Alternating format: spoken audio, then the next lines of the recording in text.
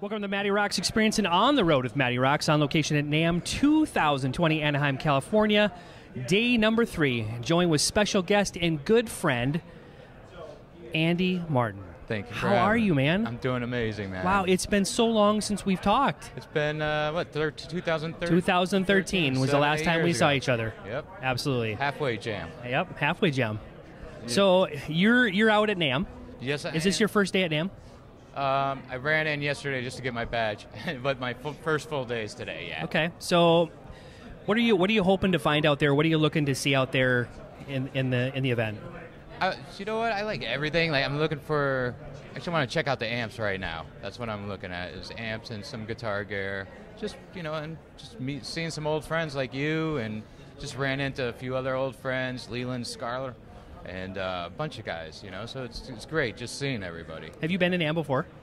I was here for I think 20-something years, but then the maintenance guys started recognizing me. Right. I would walk in and they'd be like, "Hey, Andy, how you doing?"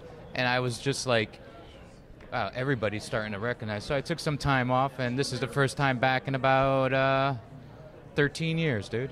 Well, welcome back to the industry event, the great industry event. Yes, it is. It's the best, man. Thank you. So, Andy, take us back to the early years of your life in Bridgeport, Connecticut, okay? And give us some insight to how music and guitar playing came into your life. Yeah, definitely. Well, my mother was a classical pianist, and she had me. I learned a little piano, and I wanted to get into guitar. She had me learn classical guitar, and as things progressed, you got into high school. I started hanging out with the wrong crowd in the sense, and I got an electric guitar, and that was it, man. It was all over from there, man. My mother was terminally ill when I was 8, and I practiced between 12 and 16 hours a day. Working and just doing all of that, and that's how music came into my life. It was all because of my mother, and it's a way to express yourself. I mean, so many people don't understand music as a language. It's a universal language. Everybody understands it. Absolutely. And without it, what do we have? Nothing, man. Right. Nothing. It's everywhere. It is. I mean, I've been in South Korea. They can't speak one word of English. But I'm on stage with Steelheart. They're singing our song for all the way through. Right. 115,000 people. It's amazing. They can't say a word, but they can relate to music. Right on. And that's the thing about it being universal. I mean, everybody understands it. We got to keep music going. Gotta keep it alive. As you mentioned earlier, our first interaction was Halfway Jam 2013. Yes. Where you helped line up an interview with Mili. Yep. Milzhenko Medvedev. Yes, sir. Okay. How did that transpire for you? How did that opportunity come to be for you to get that? That was a huge opportunity for me. I was very young. I mean, I was taking guitar lessons with Chris Rizzola, the original lead guitar player. I was 15, and as the few years went on, Steelheart signed a deal, and Milienko, he lived in the same town with me. So me and him became really close, and then one day at rehearsal, they asked me, Chris Rizzola and Mili, we want to take you out on the road and be our guitar tech, stage manager, and vocal tech. And I was like, all right, when? I'm still in high school, It's like, and they're like, in July. So I got out of high school, I was 18. I got out in June. July, I went to Japan with them. And then it was, honestly, it was the best thing that could happen and the worst thing that could happen at that point in my life. Granted, my dreams were coming true. I was going down the path. But I was away. My mother was terminal on a hospital bed in the house, so I had all that anxiety. But I was 18 too, man. Not many 18-year-olds out of high school go on tour, world tour, going around the world. Right. And so I came into it at that point, and then as years were going on, they gave me more responsibility. I became the tour manager, the stage manager, the guitar tech, Mili's vocal tech, and I did merchandise, and I played with them too, and everything. So it was it was a great family. I was with Mili for 32 years. Yeah. 32 years. What did those experience? What did that experience mean to you? All those years. What does that meant to you? You know, I look at it that's my childhood. That's how I refer to my childhood, because I was brought up on the road. You know, it was the best experience. I mean, people I met going to different countries. By the time I was 21, I went around the world 3 times. I've been in every club and venue, you know, so it was like when I turned 21, everyone's like, what do you want to do for your birthday? I was like, dude, what are we going to do? I did it all already, you know, and I owe so much to them. And that's why we're still very close friends. Everyone in Steelheart is, you know, and Mealy may even be here today, you know. I think he is. Yeah, because I Ultimate text Jam him. Night. Yeah.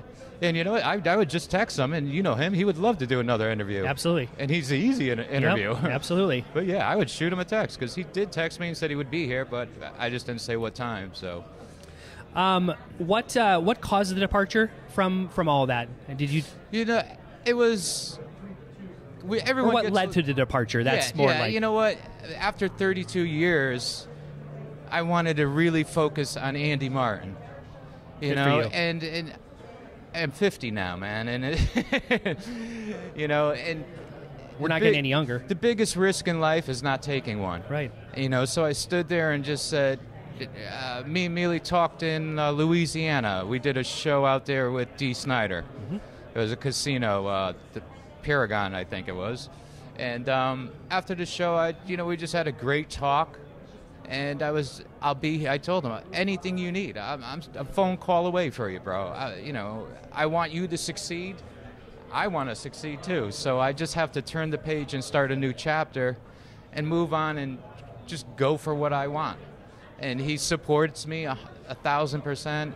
I support him. I mean, we're New Year's, we're always talking. New Year's, right. Christmas, birthdays, you know. Right. And everyone's good. And so that's why the main reason I just said, I got to just do what I got to do. But if you ever need me, you know you could call me. If you need me to come out on the road for a show, I would never let them hang. I would come out in a heartbeat.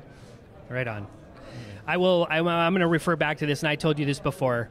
In all my years of doing this, and when I first came in contact with you, our interaction, yes. And I remember I tweeted about this, and I remember I put something on Instagram and Facebook, watching you work at Halfway Jam and watching just the blood, sweat, and tears that you poured into your work, the professionalism. I got to say, you're one of the hardest working dudes in the industry.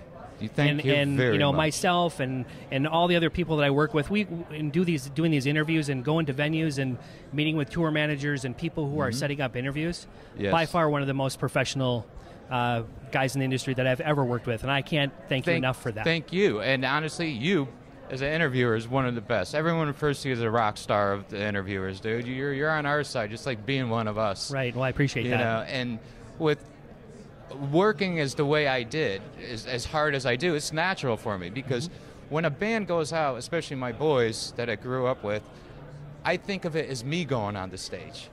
So it has to be perfect for me, even if I'm not going on stage, but like working with Mealy, right. Getting his mic, spiking his vocals, it has to be as if I'm going out on stage. And he trusted me. And that's a huge thing for a lead singer and a band, and the entire band would trust me with everything. Right. They said, Andy, it's your show. You run it. We trust you 1,000%. And I just work hard. It's just part of me. If you want something, you got to go get it. Does that itch ever come back to you where you want to jump back into the tour manager arena? Kind of. It does, and that's the hard part because, I love that. I love helping everybody. That's just, and I make sure they don't get ripped off. Everything's perfect, lined up. And so, but I keep telling myself, Andy, no, it's your turn. You gotta let it go. And so yeah, there is times. And last summer I was itching to go out, but I got by without doing it, and I helped the guys out though. They needed me, but I was just in that transition. Right. If you had an opportunity to go out, who would you go with?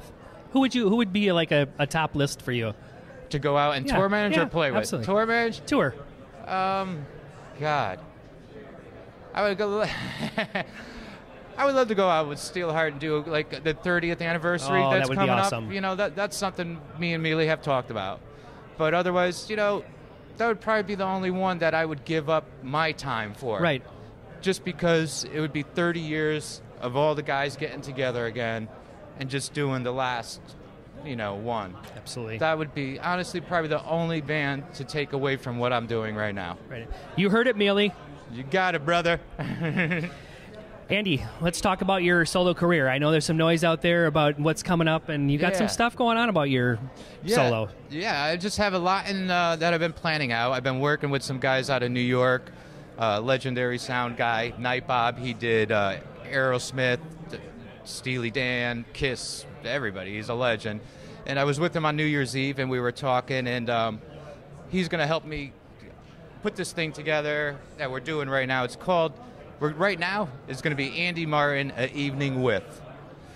And basically, I'm going to come to the venue, just me and my guitar. I'm going to do all my extreme guitar playing, how I play two guitars at once, upside down on my lap. And I'm going to have road stories, because I've been on the road 32 years, so I got photos, so I'm going to do a slideshow that backs everything up. And wherever I'm at, whatever town I'm in, I know so many people, like if I'm in Virginia, I'll call up my friends from Firehouse. You want to sit in with me tonight? You know, if I'm in New Jersey, call up my guys from Trickster, PJ. Right. You want to come in tonight, dude? Hang out. So we're putting it together right now. When I get back to the East Coast, I am going right into the studio to do some backing tracks, live drums and everything for the evening with Andy Martin. And I'm putting my all on this one. We look forward to that. Yeah, it's going to be We hope something. you come to Minneapolis. I'm coming there very soon. All right. I know you have a very unique style on how you play guitar. Yes. Talk about that technique, and where did it come from? What started? Yeah, it was. Again, my mother was a classical pianist, and her piano was on the outside of my bedroom wall, and she was playing this classical piece. And I was in my bedroom on the other side of the wall, and I just laid my guitar down on my lap. And I was mimicking her, copying what she was doing. And all of a sudden, she stopped playing. She came in the room. She knocked and, what are you playing? I go, what you're playing? She goes, like that? Because I was playing it like a piano on my lap. And she's like, I was like, yes.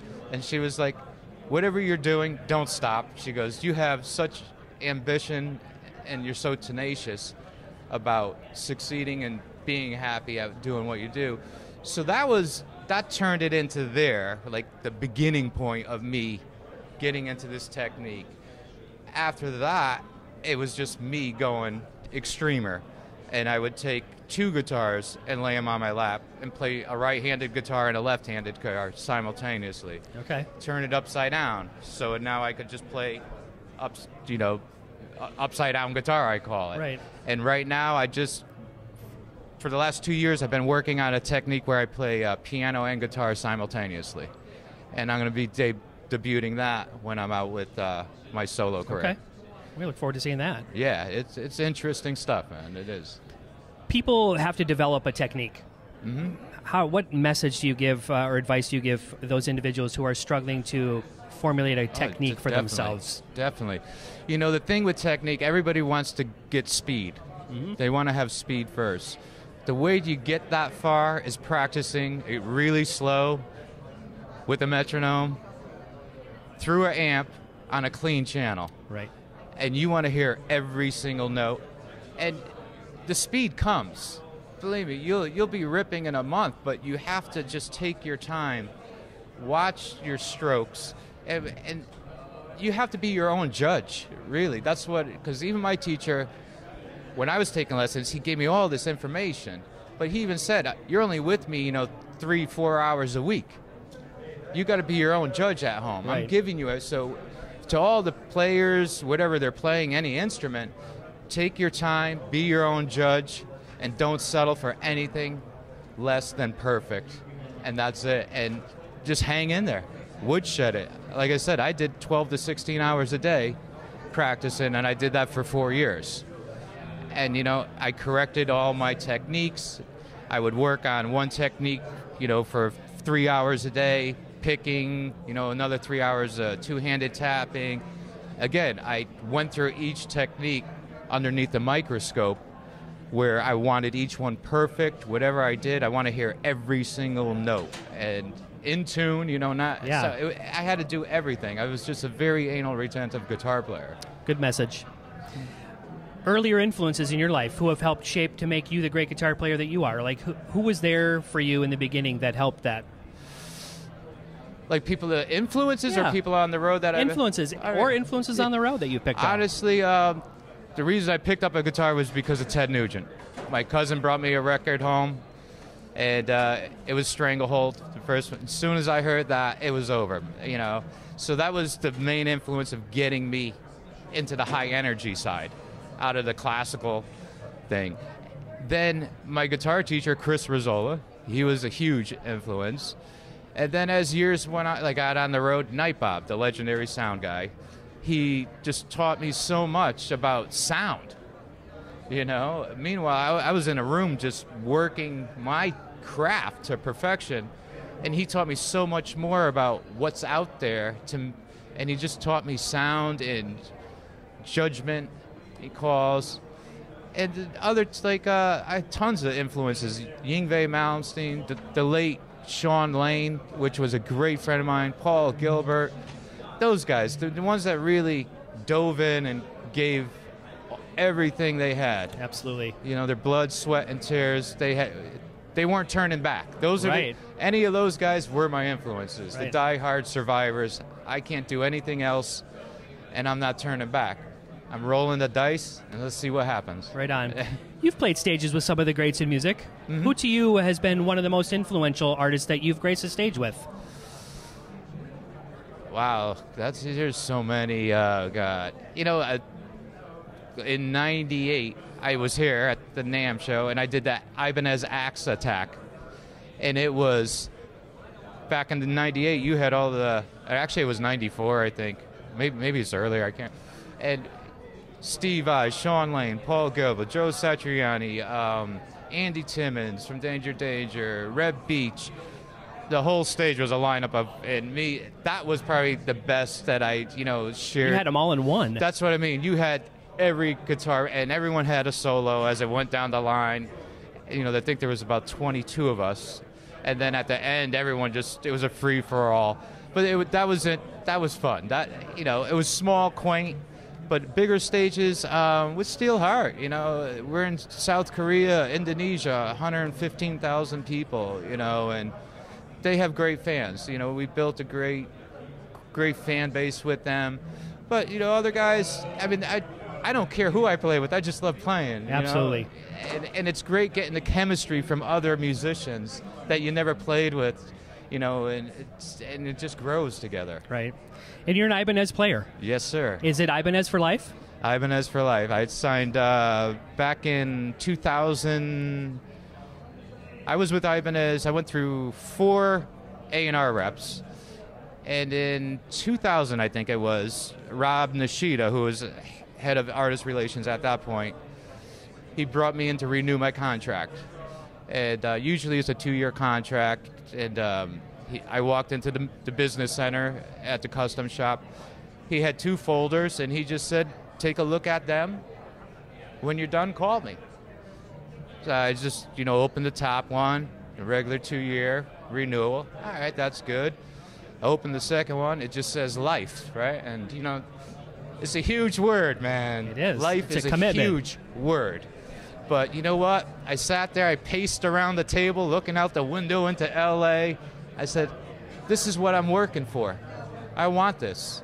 And I've been using their guitars, honestly, since I was like 16 at that point. So I was already like 20 years in using them. And I was already endorsed. It was just making that decision of a renewal of a 2-year contract or go for life. And I signed life. And then I called Robin, and I just put the 2 folders on the table, and he was like, he opened up that one, there was no signature, and he just smiled, and I said, thank you very much, man. I'm not going anywhere. I'm that's the thing, I am a very loyal person. You know that. Absolutely, that's why I've been with Steelheart for 32 years. Ibanez for 27. I don't leave if I go somewhere. It's my heart. I want to stay loyal. I'm not an endorsement whore. Right. I mean, how many guitars do I need, man? You know? And to me, support means a lot to me, more than what I get from them. I give them a lot, and sometimes I just need a guitar bridge. You know what I mean? Absolutely. And they send it right out to me. I don't need another guitar. It's a great relationship. When I need one, I ask for one, but it hasn't been for probably 10 years. And I'm able to get one every year, but I'm not that person. Right. Right on.